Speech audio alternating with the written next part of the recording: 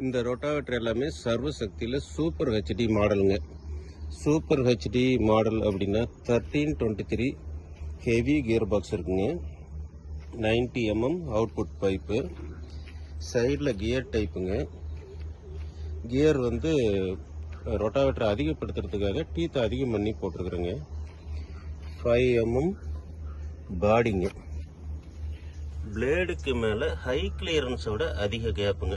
High கிளியரன்ஸோட அரை இன்ச்சிலிருந்து 1 inch வரைக்கும் flange டயாவை பொறுத்து அதிகம் வருங்க. அதே சமயத்தில் 16 mm ஃப்ளாஞ்சுங்க. இந்த ரோட்டார் பைப் வந்து 10 mmங்க. இது 16 mm 10 mm டெல்டா ஸ்டீலுங்க. Forged clevis bracket. இந்த பெரிய டாப்லிங்க நல்லா அகலம் படுத்தி கொஞ்சம் உயரம் பண்ணியும் போட்டிருக்குதுங்க. நிறைய வண்டிக்கு உயரம் அதிகமாக இருந்தால் தான் சூட்டபுளாக இருக்குது. கொஞ்சம் அகலப்படுத்தி உயரம் பண்ணியும் போட்டிருக்குதுங்க. இந்த மாதிரி பைப்பு கிளாம்ப்லாம் ஃபோர்ஜிங்கில் பண்ணியிருக்குங்க. பாருங்க, கேஸ்டிங் இதெல்லாம் கேஸ்டிங். இந்த இதெல்லாம் ஃபோர்ஜிங்க 1323 கியர் பாக்ஸு. இதில் ஒரு இன்ஸ்பெக்ஷன் ஹோல் இருக்கும்.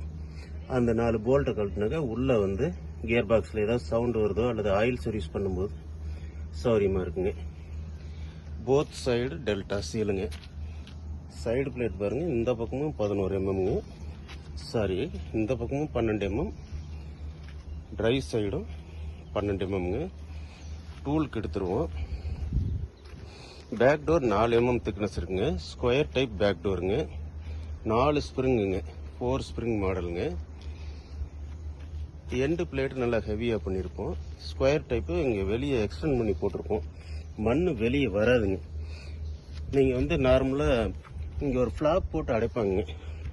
அந்த மாதிரி ஃப்ளாப் போட்டு அடைக்கும்போது என்ன ஆகும்னா மண் வெளியே வராதுங்க. உள்ள ஓரத்தில் இருக்கிற பில்லு ஹவுசிங்கில் சுற்றி ஆயில் சீல் போயிருங்க. அதனால அது மாதிரி போடக்கூடாதுங்க. அதுக்காக தான் இந்த மாதிரி பண்ணியிருக்கோம்.